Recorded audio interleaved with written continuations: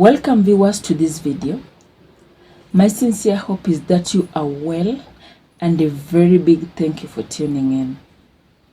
Ladies and gentlemen, Kenya is staring at the worst diplomatic quagmire to ever hit this country since independence. President Ruto's government has both knowingly and unknowingly burnt bridges internationally, and will be shocked at just how much international tension we have created in less than 2 years of Ruto's regime.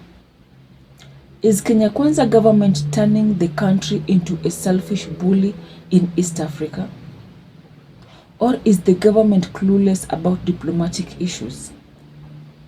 Stay with me as I unveil to you the ugly side of the diplomatic mess that Kenya is in, which could see the country risk losing diplomatic gains the country has made over the last 60 years. My name is Esther Lai, and this is the Daily Roundup. If it's your first time on our channel, kindly subscribe to help our channel growth, and for our great subscribers, thank you for your support. Currently, Kenya has created bad blood with the total of 3 countries in a record of just 1 month. That is, within 30 days, we already severed 3 diplomatic and economic ties with African countries and almost added a 4th one.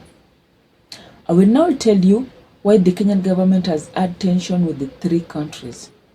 The first one, we're going to start with Uganda. It's very rare for an African country to sue an African country in court. We can see the former good neighbors potentially turning into rivals. Uganda has taken Kenya to the East African Court of Justice. Uganda is asking the court to compel Kenya to allow it to use the Kenya pipeline to transport its oil. Uganda has been transporting his 90% of oil through the Kenya pipeline.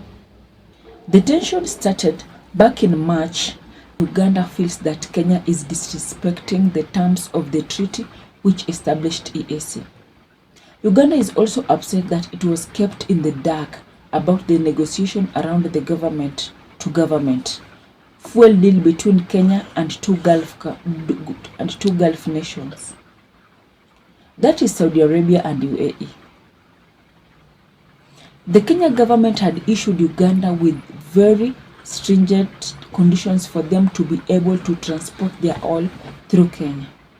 This, among other things, has seen strained relationship between the 2 heads of states, with Museveni failing to appear in the national celebration in Kenya as was tradition.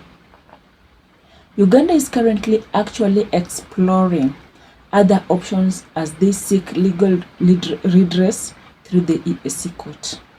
The case seeking to compel Kenya to grant Uganda permission to use the pipeline, some say, was the ultimate signal that the relations between President Yoweri Museveni and Kenya's William Ruto had broken for good.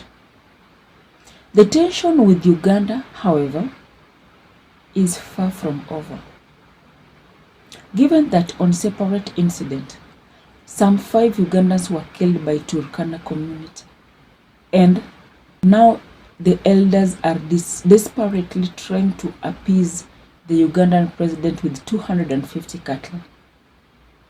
The second one we're going to talk about is Sudan. Sudan recalled their ambassador to Kenya after President William Ruto held talks on Wednesday with Sudan's Rapid Support Forces leader, General Mohamed Hamdan Dagalo, at State House. This is the second time in less than a year that Sudanese have shown their discontentment with President Ruto.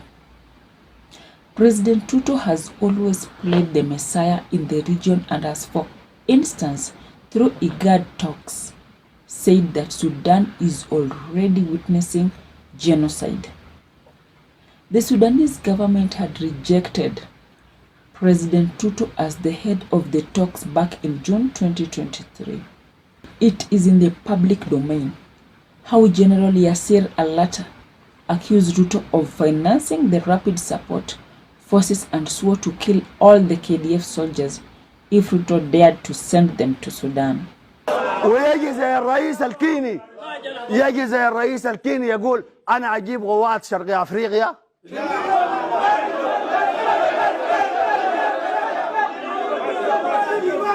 يا الرئيس الكيني قوات شرق أفريقيا خليها في محلها. أنت جيب الجيش الكيني تعال.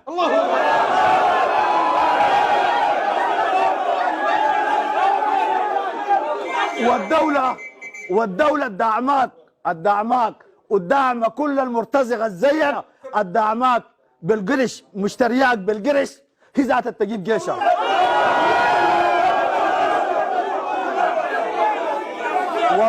والله قسم واحد فيهم بيرجع تاني ما في زول بيرجع. نظامنا بلبس نحن يا اخوانا طريقنا واحد سودان يشرق عليه الشمس يوم باكر بلا جنجويد.